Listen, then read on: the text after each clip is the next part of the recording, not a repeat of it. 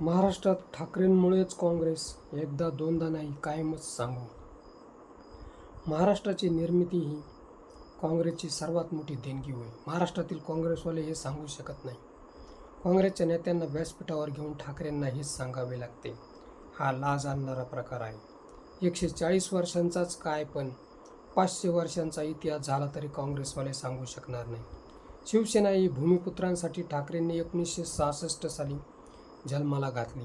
अनेक आघात पचवून सुद्धा वटवृक्षाप्रमाणे फोफावली आहे. निवडणूक आयोगाने लावलेले मळब हटल्यानंतर इतिहास आणि भूगोल सांगू.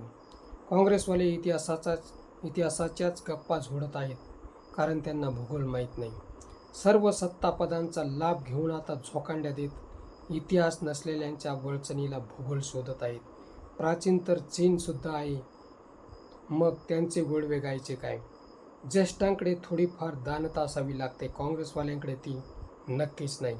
ठाकरेंनी भाजपाशी पंगा घेताना मोठी रिस्क घेतली होती, म्हणून तुम्ही त्यांना कसारा घाट दाखवत आहात काय?